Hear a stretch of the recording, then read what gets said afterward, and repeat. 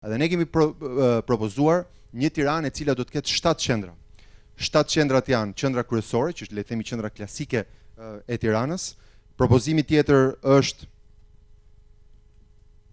qendra tjetër të jetë zona e kombinatit, tjetra zona e Kino Studios, zona e Laprakës, pjesa e bulevardit ri, e cila do të zhvillohet si një lagje e re e Tiranës, trekëndshi i zonës industriale të Shkozës me Farkën, zona e qytetit studentit Sauk Lundër, të cilat tashmë ka marrë fizionomin e një poli urban. Por ajo që duam është që të kalojmë nga fjalët në një buxhet investimesh konkrete në këto qendra. Për disa arsye. Spari, Tirana me 1 milion banor nuk mund të vazhdojë. Nuk mund të vazhdojë të sillet rreth sheshit Skënderbej. Është e pamundur.